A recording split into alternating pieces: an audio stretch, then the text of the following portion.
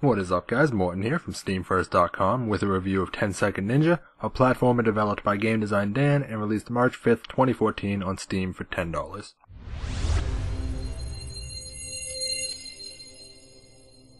So, what type of game is 10 Second Ninja? Well, it's an incredibly fast-paced puzzle platformer. The story is, you are a ninja and you have to destroy Robot Hitler and his robot Nazis. And that's about it. There really isn't much to say as far as story goes. It's told entirely through cutscenes, and it's basically forgettable. The story doesn't even really need to exist. It's there to give you a reason to destroy the Nazi robots. But they're Nazis, and Nazis are always bad in every video game, movie, book, etc. anyways, so you really don't need a reason to destroy them. The only positive to the cutscenes is they're moderately funny. Don't expect to be laughing out loud, but you might grin during a couple of them. The story gets a 2 out of 5. It's nice that they tried to make some jokes, but it's pretty much pointless. That being said, nobody is playing 10 Second Ninja to hear a good story. There are plenty of RPG games for that. People play 10 Second Ninja for fast-paced platforming, which it's pretty good at. The controls are solid, good thing too, considering there are only 6 buttons. Move left, move right, jump, throw shuriken, sword attack, and reset. Of those, you'll be pressing reset more than anything else, by far. The objective of each stage is to kill all the Nazi robots in under 10 seconds. Sounds easy, right? Well, it kind of is.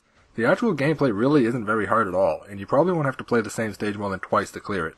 The hard part of 10 Second Ninja is getting 3 stars on every stage. I said earlier this game was a puzzle platformer, and this is where the puzzle comes in. You get stars based on how quickly you clear the stage, and some stages need to be cleared in literally 2 seconds to get all 3 stars. It takes a fair amount of preparation to figure out the fastest way to clear some of the stages. Unfortunately, the majority of them are very straightforward. It can be really frustrating though, since we're talking about fractions of a second. You'll have to reset if you make any mistakes at all. And not much is more rage-inducing than being 1/100th of a second too slow.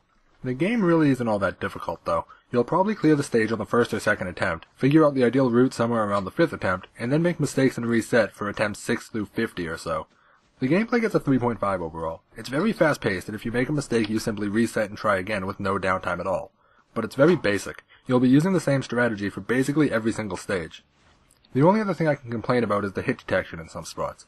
There are places you could stand on spikes and live, but other spots you'd die without touching anything.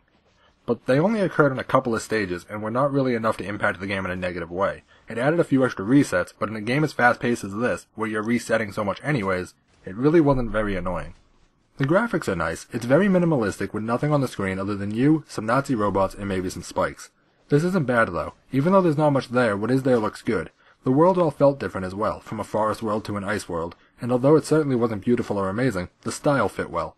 While the graphics were pretty though, the soundtrack could have used some variety. It was the same generic 20-second loop over the entire game, and the sound effects they used were quite generic as well. The graphics get a 3.5 while the sound gets a 2.5. It wasn't very distracting, but it was repetitive and uninspired.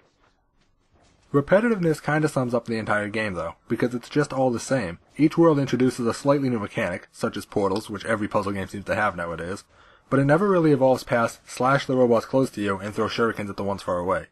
And it's incredibly short. If you aren't going for all 3 stars on every stage, you'll probably complete all the stages in around 20 minutes. That's kind of the problem with the whole idea. When the game is designed around being played very fast, there has to be a lot of stages. But there aren't. There's 4 worlds with 8 stages each, and since each stage has to be completed in less than 10 seconds, it means you could beat the game in under 5 minutes if you already knew what to do. I completed all 3 stars on every stage, and it only took me just over an hour. That being said, there is a leaderboard that shows the fastest times for each world, so if you really want to, you can continue playing and improving your times for the leaderboards.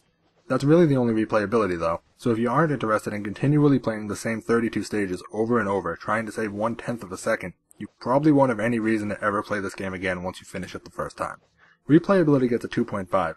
It's there if you're looking to compete for the fastest times, but it's just too repetitive for most people to want to do that.